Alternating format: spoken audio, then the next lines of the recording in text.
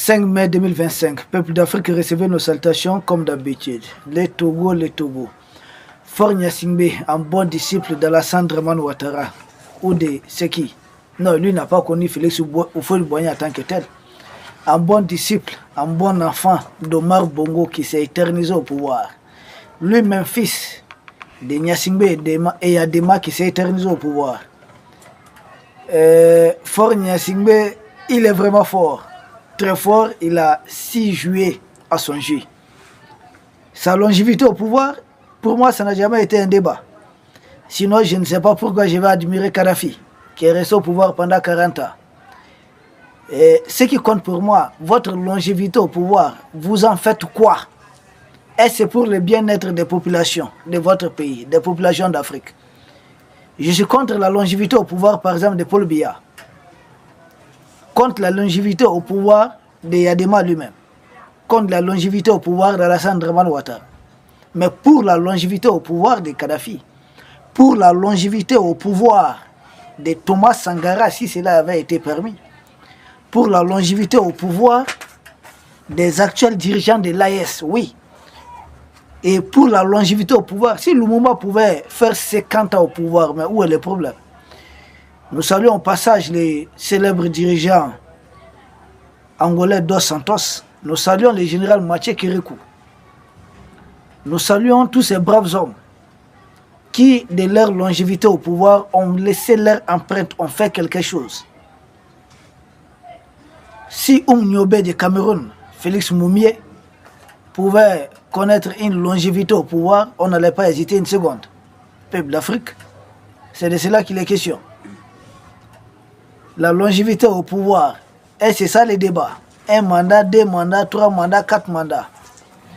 Il y a des gens qui ne méritent même pas de faire un seul mandat. Un mandat, ça peut être un mandat de trop.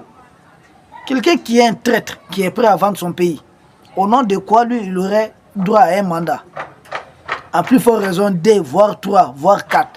Plus il dure, plus il nous enfonce dedans.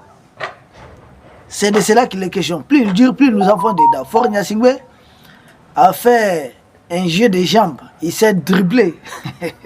Il est très fort dans son jeu. Parce que qu'est-ce qu'il fait? Maintenant, il comprend qu'il a effectué combien de mandats depuis il est là? Il est là depuis 2005. Nous sommes en 2025. Ça fait 20 ans qu'il est au pouvoir. Pour ne pas dire un mandat de trop, ne pas donner raison davantage aux dirigeants de l'AS. Faure Gnassingbé, il change la condition tout simplement. Il y aurait un président de la République. Lui, il cesse d'être président de la République, mais il est président du Conseil. Mais ce que les frères aînés, les grands frères Faure Gnassingbé oublient, ce n'est pas le titre du président qui compte. C'est le cumul du pouvoir qu'on a entre les mains. Qui est l'homme fort du Togo? Il a été l'homme fort du Togo pendant 20 ans. Maintenant, est-ce avec un autre président qui est un vieux de plus de 80 ans? Ça, il faut le dire. Avec ce vieux, un papa, un toto fort, même si c'est un ancien opposant. Bon, opposition au Togo aussi, souvent on comprend ce que ça veut dire.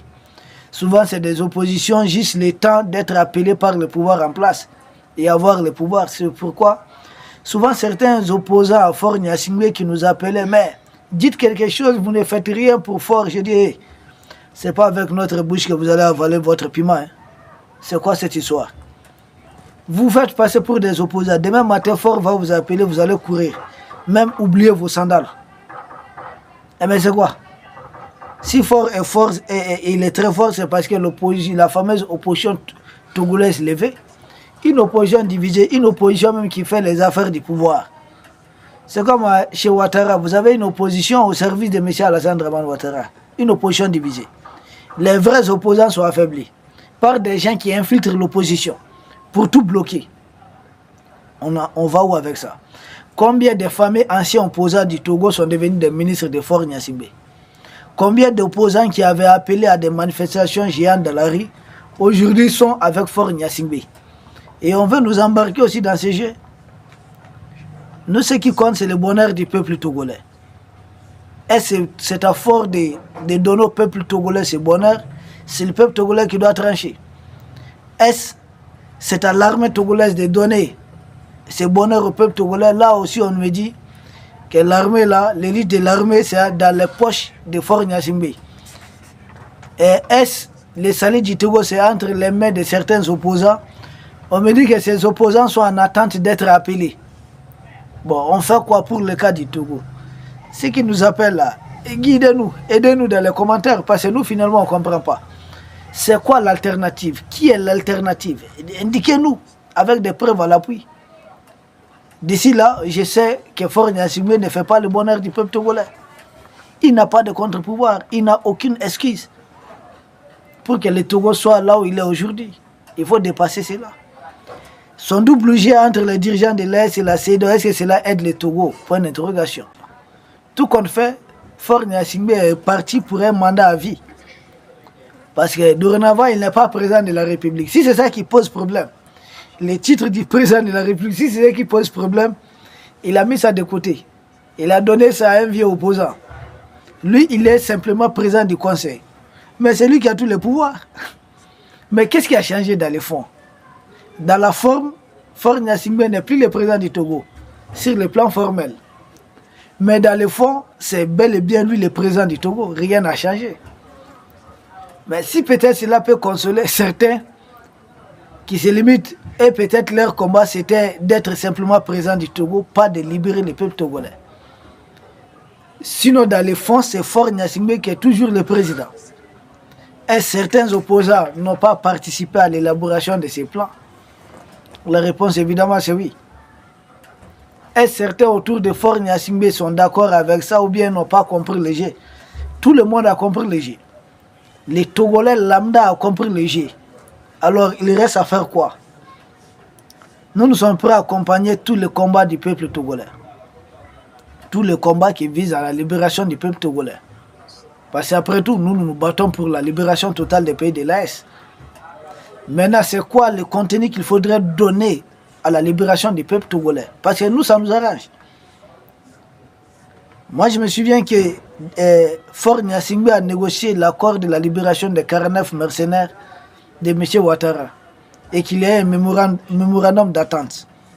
Mais est-ce que Ouattara respecte ce mémorandum? Non. Est-ce que Faure savait dès le début que Ouattara ne va pas tenir parole?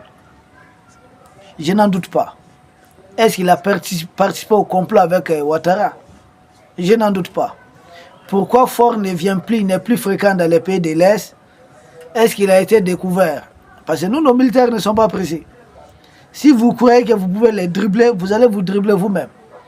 Pourquoi Faure a tenté la médiation aux côtés de Diomaye Faye et puis l'autre là, Embalo Sissoko de la Guinée, pour faire revenir les pays de l'Est dans la fameuse CEDEAO? Faure a échoué. Pourquoi est-ce que Faure a voulu faire libérer les agents de la DGSC détenus au Burkina et qu'il a échoué? Sans doute que son plan est connu, il a été réellement découvert. Donc Faure avance à visage découvert. Donc les dirigeants de l'Est ont compris réellement. Ils ont laissé Faure montrer ses propres limites. En se croyant malin, il s'est fait avoir dans un jeu. Ça, c'est le côté AIS. Faure, aujourd'hui, vous allez constater qu'il ne vient presque pas dans les pays de l'Est. Va-t-il pas venir après cette communication pour essayer de laver certaines images? Ça n'engage que lui. Faure dans ce double G, qui a indiqué qu'il voulait intégrer les pays de l'AS. Nous, on a dit, il plaisante, on passe. Il dit, pour des affaires économiques, c'est-à-dire son port. Bon, j'ai dit ça, il veut contrebalancer la campagne de séduction entramée par le président du Ghana. Et je ne cache pas Faure, nous on fait beaucoup plus confiance à ce président ghanéen qu'à Faure Gnassingbé. En tout cas moi. Oui. Bon, il dit c'est une question de port. Maintenant, son port est détenu par qui? Qui détient les actions du port de Togo? Ça aussi, ça reste à désirer.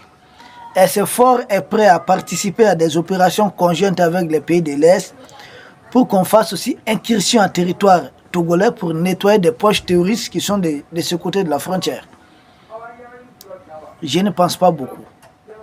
Bon, alors, l'avenir de Faure dans l'Est, à quoi ça va nous servir? Je ne vois pas grand chose. D'ici là, Faure est dans les arènes de pouvoir. Il est parti pour un mandat à vie. Et s'il y a contre-pouvoir, bon, lui, il est sans pitié. Souvent, nous, nos dirigeants de l'Est, c'est pourquoi nous encourageons les dirigeants de l'Est à être sans pitié face aux traîtres. Vous voyez des gens comme les forts, qui travaillent moins que vous, qui n'ont pas d'excuses, qui n'ont pas été sanctionnés. Vous, malgré les embargos et autres, mais partout ça bouge. Des gens comme Fort s'éternisent au pouvoir, pourquoi? C'est l'usage de la force tout simplement. Pourquoi l'opposition de Ouattara ne l'affronte pas frontalement? Mais c'est la dissuasion, le système qu'il a mis en place. Et alors, que doivent faire les dirigeants de l'Est? Mais la réponse est toute connue. Il ne faut pas permettre les mercenaires politiques de se manifester. Tout le monde sait, des gens qui sont dans les agendas des ennemis externes. Il ne faut pas jouer avec ça. Même s'ils sont deux personnes, il ne faut pas les prendre à la légère. Il faut les mettre out en avance. On a d'autres priorités. Il y a des enjeux beaucoup plus énormes, plus élevés. Les impérialistes, regardez, leurs 101 partis politiques qui ont mobilisé autour de 80 à 190 personnes au Mali, qui en ont fait un boucan des enfants mobilisés. Et d'ailleurs, ils ont pris en image les pros et les anti pour les faire passer comme leurs... C'est pourquoi nous disons aux dirigeants de l'Est de ne pas avoir pitié. Les forts aujourd'hui sont en très bonne odeur de sainteté avec les impérialistes.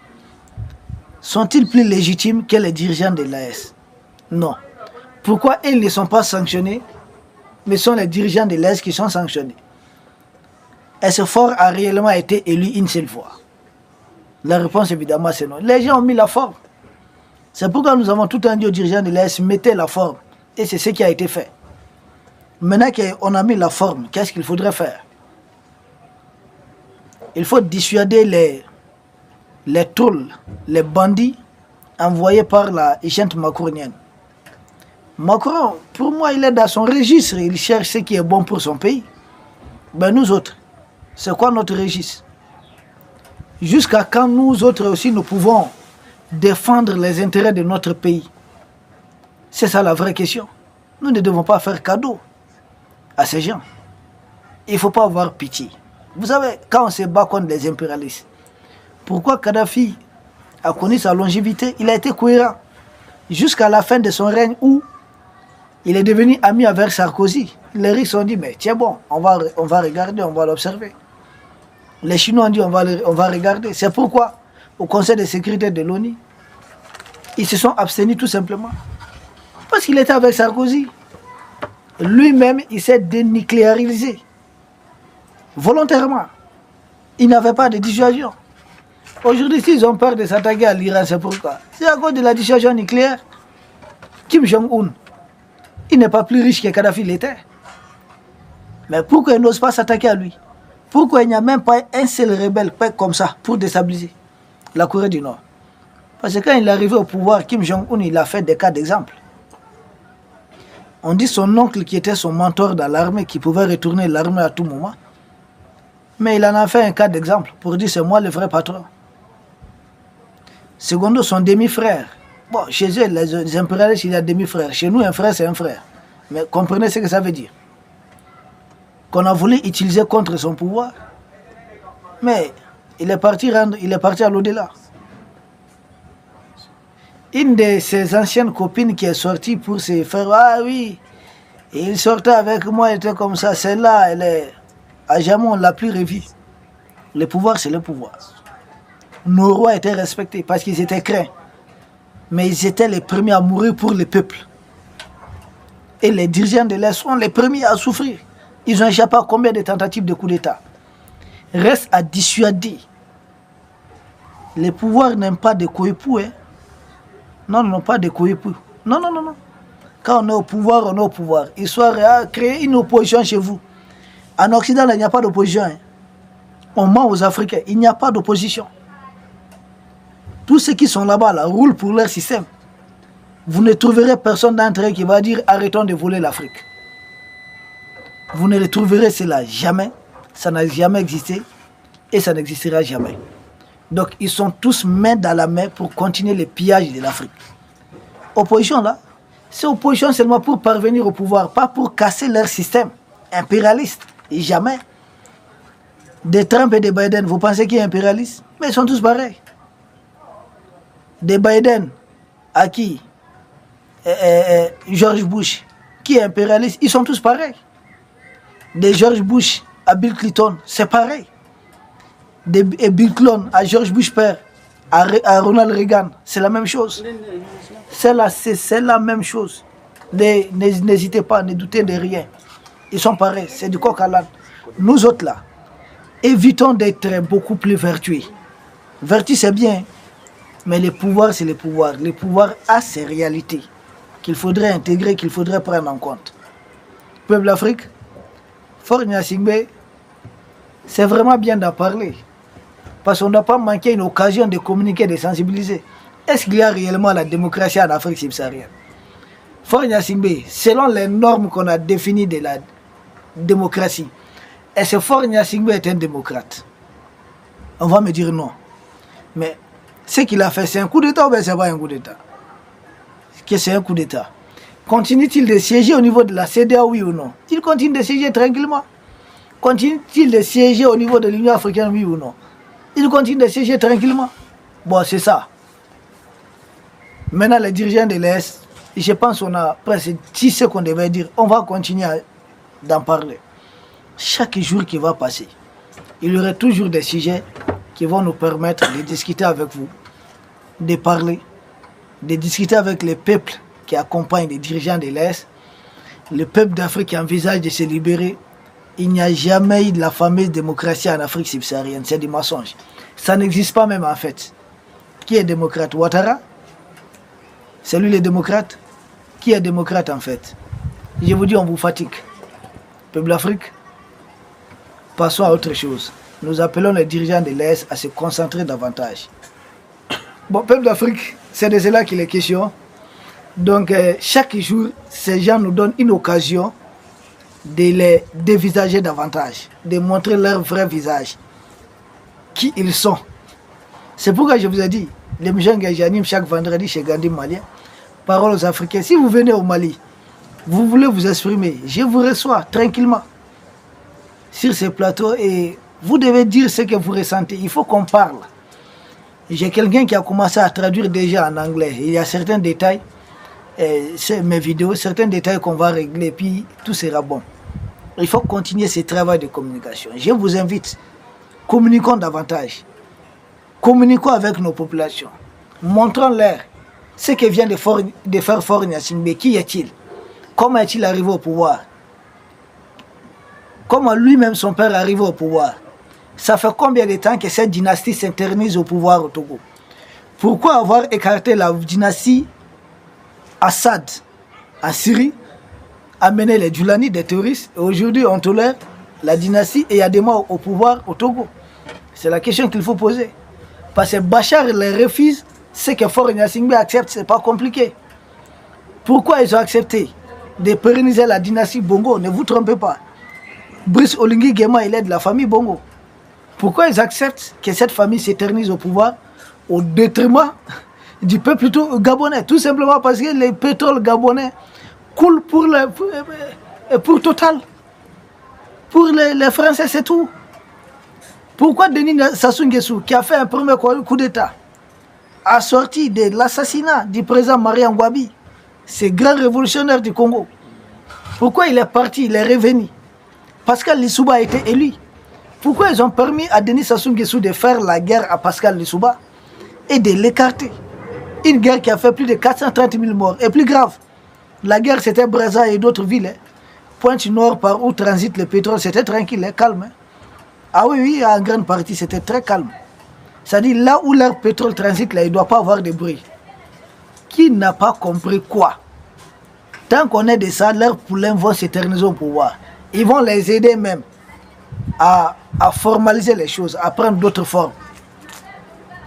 Et dites-vous, qui gagne l'Afrique? Nous ne gagnons rien. Nous n'y gagnons rien. Et s'il y a des patriotes venus libérer l'Afrique, ils font tout pour les assassiner. Vous savez combien de présidents patriotes ont été éliminés physiquement? Ou ils mettent des bâtons dans les roues? Pourquoi le président Gbagbo a été déporté? Qui est venu faire la guerre contre lui? Lui, en se défendant, on dit non, il a tué des civils. Mais est-ce l'agresseur, c'est lui qui est à l'origine de la mort des civils, ou bien c'est lui qui est dans une position de légitime défense. On est un peu dans ça. Fort Yassingbe, les grands frères, recevez nos salutations. Portez-vous bien, merci. Et à demain pour un autre sujet au sommet de l'actualité.